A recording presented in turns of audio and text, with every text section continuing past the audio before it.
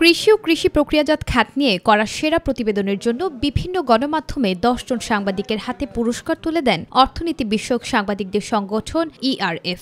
আয়োজনে উঠে আসে কৃষি সংস্কারের নানা বিষয়। বিগত সরকার মুখে মুখে দেশকে খাদ্যে স্বয়ংসম্পূর্ণ বললেও কাগজে কলমে বিস্তর গলদ ছিল উল্লেখ করে ভুল তথ্য না দিয়ে জনস্বার্থে সরকারকে সঠিক তথ্য দিয়ে কৃষিকে এগিয়ে নেওয়ার আহ্বান জানান বক্তারা। নেদারল্যান্ড বাংলাদেশ থেকে অনেক ছোট দেশ, বাট $100 বিলিয়ন উন্নত এক্সপোর্ট করে।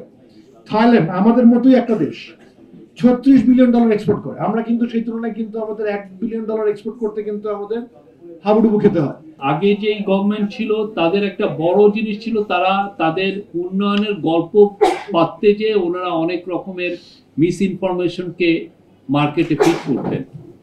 আমরা শুনতাম যে আমরা খাদ্যে স্বয়ংসম্পূর্ণ, অথচ অ্যানুয়াল আমরা যদি ফুড ইম্পোর্ট দেখি দেখা যেত 4-5-6 মিলিয়ন টন আমরা আনছি। গত 15 বছরে কৃষি খাতে 28,000 কোটি টাকা পাচার হয়েছে জানিয়ে শুধু কৃষি ফলন নয়, কৃষির উন্নয়নে যে সকল প্রতিষ্ঠান রয়েছে সেগুলোর কোথায় কিভাবে সংস্কার প্রয়োজন তা তুলে ধরার আহ্বান বাণিজ্য উপদেষ্টা শেখ বশিরউদ্দিনের। সেই সাথে রমজানে নিত্য প্রয়োজনীয় পণ্যে দাম ভোক্তাদের নাগালের মধ্যে রাখতে বাণিজ্য মন্ত্রণালয় সর্বোচ্চ কাজ করছে বলেও জানান তিনি। আমাদের রমজানের যে প্রয়োজনীয় যেসব দ্রব্য, খেজুর, আমি আশা করি যে ইনশাআল্লাহ আল্লাহর রহমতে আপনারা দোয়া করবেন যেন বাজার স্থিতিশীল থেকে যেন নিম্নগামী থাকে। আমার উদ্দেশ্যে অফকোর্স আমাদের ফেলিয়ার আছে আলুতে, এটা অস্বীকার করার কোনো সুযোগ নেই। আমি আশা করি এই বছরের শিক্ষা থেকে, কারণ আমরা আগামী বছর জন্য আলুতে আরো ভালো কাজ করতে পারি, এই ধরনের কোনো সংকট তৈরি না হয়, সেটার ব্যাপারে আমি যথেষ্ট সজাগ থাকবো। টিসিবির পণ্য নিয়ে যে অনিয়ম রয়েছে তা কঠোর হস্তে দমন করার প্রক্রিয়া চলমান রয়েছে বলেও জানান বাণিজ্য উপদেষ্টা। প্রতিষ্ঠানগুলোকে যেভাবে ধ্বংস করে দেওয়া হয়েছে এর একটা প্রকৃষ্ট উদাহরণ হচ্ছে টিসিবি।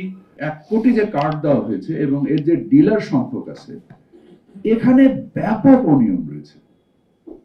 এই অনিয়ম সমূহগুলোকে আমি চিহ্নিত করতে চাই। আমি নিজে ব্যক্তিগতভাবে বলেছি যে আমরা অলরেডি প্রায় 56 বা 57 লক্ষ কার্ডকে আমরা নির্দিষ্ট করেছি এবং প্রায় 1 কোটি থেকে বাকি কার্ডগুলোকে আমরা বাদ দিয়েছি এবং আমরা নতুন স্মার্ট কার্ড নিয়ে এসেছি। কৃষিতে সংস্কারের পাশাপাশি উৎপাদন বৃদ্ধির দিকে নজর দিলে বাজার সিন্ডিকেট একেবারেই নির্মূল করা সম্ভব বলে মনে করেন সংশ্লিষ্টরা। নুসরাত শারমিন, মাই টিভি, ঢাকা।